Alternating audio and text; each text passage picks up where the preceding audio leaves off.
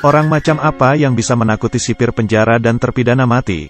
Ia memiliki penjara pribadi dan diawasi 24 jam.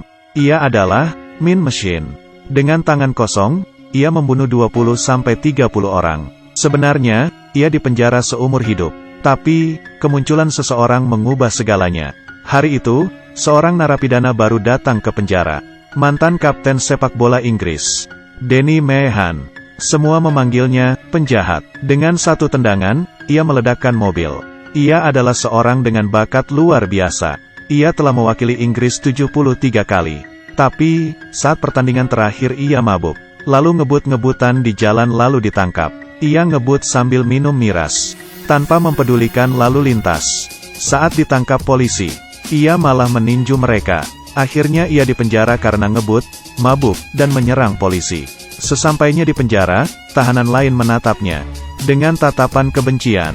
Semuanya tak tahan ingin menghajarnya. Tapi, ada yang lebih membencinya yaitu bos gangster. Gara-gara Danny, bos gangster kalah judi dan bangkrut. Ia bersumpah untuk membuat Danny susah. Belum sempat kembali, Danny dipanggil oleh kepala penjara. Kepala penjara merupakan fans berat sepak bola.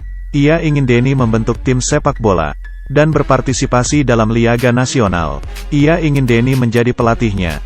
Rupanya, kepala penjara ingin memperalat Danny sebagai mesin uang. Namun, kepala sipir lebih dulu memperingatkannya. Jangan berharap menggantikan posisinya. Rupanya, di penjara sudah ada tim sepak bola. Kepala sipir merupakan pelatih mereka. Tapi, setelah Danny datang, posisinya terancam. Danny bingung dan menolak tawaran tersebut. Kepala sipir marah dan mengurungnya di sebuah ruangan gelap. Ia berpikir sebenarnya dia salah apa. Di tengah keputusasaan, Masif memberinya rencana, yaitu membuat sebuah geng napi bertanding sepak bola melawan tim sipir penjara. Dengan begini, ia dapat melatih dengan lebih baik. Rencana yang tidak merugikan siapapun ini membuat kepala penjara sangat puas. Masif menjadi terkenal karena membawa kabar ini. Tidak ada yang berani mengganggunya, kecuali ketua gangster. Ia menyuruh dua bawahannya untuk mencekalnya. Untung saja sipir datang. Danny langsung menjatuhkan handuknya di atas pisau. Ia mengaku tak sengaja terluka saat bercukur. Hal ini membuat ketua gangster memaafkannya kali ini. Bahkan membiarkan bawahannya belajar bola dengan Danny. Tim sederhana ini tumbuh berkali-kali lipat dalam sekejap. Jumlah pemainnya sekarang cukup, tapi kurang satu kiper. Yang terpikir pertama kali olehnya adalah tahanan berbahaya yang dipanggil The Monk. Ia adalah tahanan yang tidak boleh dibuat marah. Para sipir dan tahanan lain sangat takut padanya. Ia pernah membunuh 23 orang dengan tangan kosong. Sebab gila, ia adalah kiper handal. Sekarang ia tidak terkontrol. Sayangnya, ia segera menolak begitu Danny memintanya. Tapi, saat ia mendengar akan bertanding melawan tim sipir, ia tertawa dan berubah pikiran. Ia berpikir, kesempatannya untuk menang telah datang. Dengan kiper seperti Monk, tim sepak bola napi menjadi lebih kuat. Saat pertama kali latihan, terlihat bahwa anggota tim adalah pemula. Sama sekali tidak paham teknik. Permainannya sangat kacau. Ada yang terus menggiring bola tanpa mengopernya. Semua orang membencinya. Ada juga yang tertabrak dan terluka. Danny mencoba melatihnya dengan peraturan yang benar, tapi percuma. Ia ingin mengajari mereka teknik uniknya. Teknik pertama, tak sengaja menginjak kaki lawan. Teknik kedua, tak sengaja memukul lawan dan tidak boleh ketahuan wasit. Teknik ketiga, tendang burung lawan. Teknik keempat, pura-pura membantu lawan. Saat memapah lawan, cubit ketiaknya dan putar. Colok matanya, cubit bibirnya, cubit hidungnya, pegang lehernya. Anggota tim mencoba mengingatnya.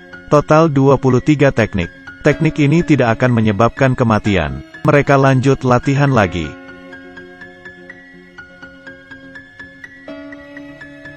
Karena waktunya tidak banyak, tim sipir berlatih dengan serius. Setiap anggota sangat lihati.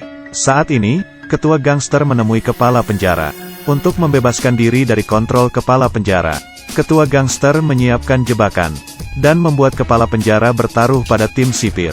Dengan begini, kepala sipir dapat memenangkan uang dan melunasi hutangnya. Bos gangster lalu menekan tim napi agar menang. Ini bukan hanya sekedar pertandingan. Bila kepala penjara tahu rencana bos gangster, maka ia akan mendapat masalah besar. Denny juga akan terkena imbas. Tim Napi telah melakukan persiapan terakhir. Teman-temannya berteriak mendukungnya. Mereka adalah napi yang tidak punya harga diri, kaum terpinggir dan diremehkan. Tapi, mereka semua ingin menang. Menang pun tak akan merubah segalanya. Tapi, bisa membuktikan bahwa mereka bisa. Semut juga bisa mengalahkan gajah. Sebelum bertanding, Denny memberi semangat, supaya timnya percaya diri. Seiring dengan tiupan peluit wasit, pertandingan pun dimulai. Tim Napi menggiring bola duluan. Mereka menerapkan teknik dan mulai maju. Tapi, tim sipir juga tak main-main. Mereka bertabrakan. Tim Napi mulai mempraktikkan teknik rahasia, menabrak, menginjak. Yang paling parah adalah, saat tim Napi melakukan penalti, burung tim sipir menjadi sasaran. Belum puas, sekali lagi, tim Napi tertawa girang. Kiper Mong yang dijuluki siluman ini, menggiring bola ke tengah lapangan. Tapi, dijegal oleh tim sipir. Begitu berani, komentator pun kaget. Mong menatap tim sipir dengan marah. Tim sipir jadi takut. Tak lama, saat wasit tak memperhatikan, Mong menginjak kaki pemain tim sipir. Tim Napi menendang bola. Mong lari lagi ke tengah lapangan. Ia menyundul bola dan hampir gol. Auranya memegang kendali.